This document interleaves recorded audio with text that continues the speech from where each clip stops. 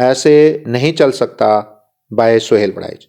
ابھی کوئی بھی نہیں بھولا ہوگا کہ کل تک باجوہ ڈاکٹرائن کا زور و شور تھا، اس پر عمل درآمد ہوا، پروجیکٹ عمران چلا، پھر اس کی بساط الٹا دی گئی، یعنی ڈاکٹرائن کے ذریعے جو ہوا اسے حرف غلط کی طرح مٹایا جا رہا ہے۔ اب کہا جا رہا ہے کہ بی بی ڈی ڈاکٹرائن شروع ہو چکا ہے۔ یہ ایک فوکسڈ ڈاکٹرائن ہے۔ بی بی ڈی دراصل بلاسٹ، بلڈوز اور ڈسٹرائے کا مخفف ہے، جس کا مطلب ہے کہ اسمگلنگ، ڈالر کنٹرول، چینی کی غیر قانونی برآمد کو دھماکے، زبردست سختی اور تباہ کر کے ختم کیا جائے۔ اس ڈاکٹرائن کے ایک حامی نے بتایا کہ تھوڑے ہی عرصے میں اسمگلنگ پر کافی حد تک قابو پا لیا گیا ہے۔ ڈالر کی قیمت میں بتدریج کمی اور ٹھہراؤ دیکھا جا رہا ہے۔ چینی کی قیمت پر بھی نظر رکھی جا رہی ہے۔ مشرق وسطیٰ سے گہرے تعلق بنانے کی سرتوڑ کوشش کی جا رہی ہے۔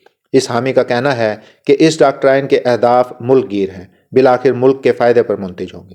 مجھے اچھی طرح یاد ہے کہ جنرل باجوہ کے ابتدائی دنوں میں مجھے ان سے اور جنرل بلال اکبر سے تفصیلی ملاقات کا موقع ملا تھا، تو تب وہ نئی ڈاکٹرائن کے بارے میں بڑے پرجوش تھے۔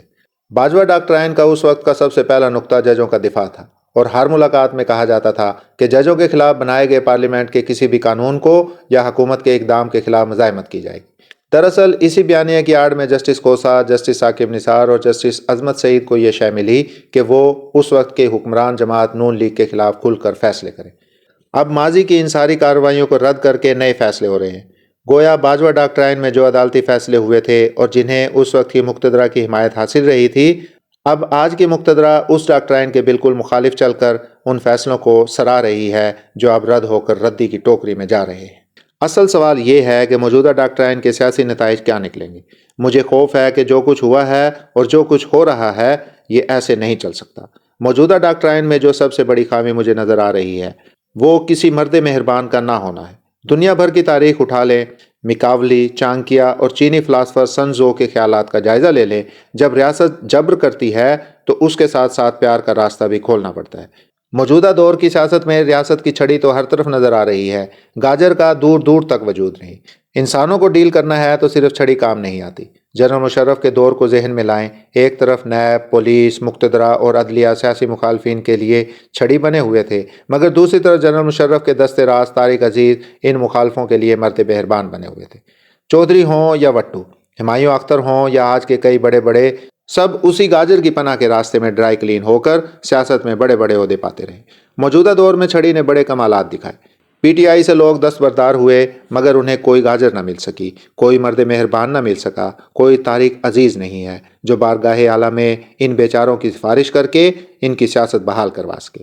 شیخ رشید ہوں یا چودھری فواد، فیاض الحسن چوہان ہوں یا اور بہت سے لوگ، ان کے ساتھ جو سلوک ہو رہا ہے اس کے بعد کون ہوگا جو تاریخ میں موجودہ ڈاکٹرائن کی خیر خواہی کی گواہی دے گا؟ یہ درست ہوگا کہ موجودہ ڈاکٹرائن ریاست اور معیشت کی چولیں سیدھی کر رہا ہے، لیکن ریاست کا اہم ترین حصہ ملک کا سیاسی نظام، سیاسی جماعتیں اور سیاسی قیادت ہوتی ہے۔ اگر اس کے لیے موجودہ ڈاکٹرائن کے پاس کوئی مرد مہربان موجود نہیں ہے تو یہ نظام کیسے چل پائے گا؟ مجھے ذاتی طور پر سیاسی وفادار اچھے لگتے ہیں، لیکن مجھے ان لوگوں سے ہمدردی ہے جو خوف، ڈر یا پھر اپنی مرضی سے ریاست کی چھایا چھتری میں آئے، مگر اب نہ کوئی ان کا حال پوچھ رہا ہے اور نہ ان کی کسی کو فکر ہے۔ کیا ڈاکٹرائن کو صرف بلاسٹ، بلڈوز اور تباہ ہی کرنا ہے یا کچھ نیا بنانا بھی ہے؟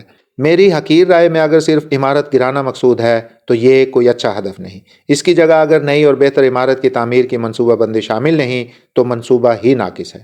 ایسے اس لیے نہیں چل سکتا کہ اہداف واضح نہ ہوں تو عمارت ٹیڑھی میڑھی اور ناقص ہوگی جو چل نہ سکے گی۔ ضیاء الحق نے پیپلز پارٹی کو ختم کرنے کے لیے کیا کچھ نہیں کیا۔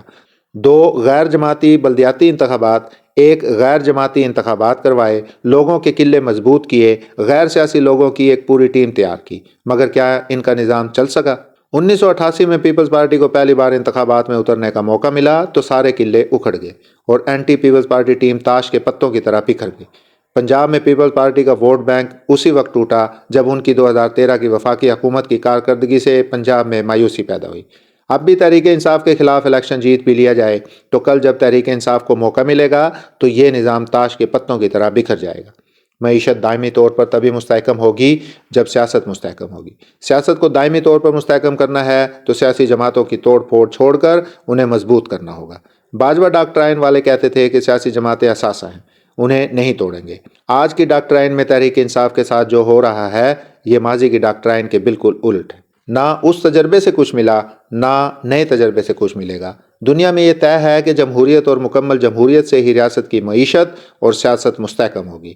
یہی راستہ اپنا کر بہتری ہو سکتی ہے۔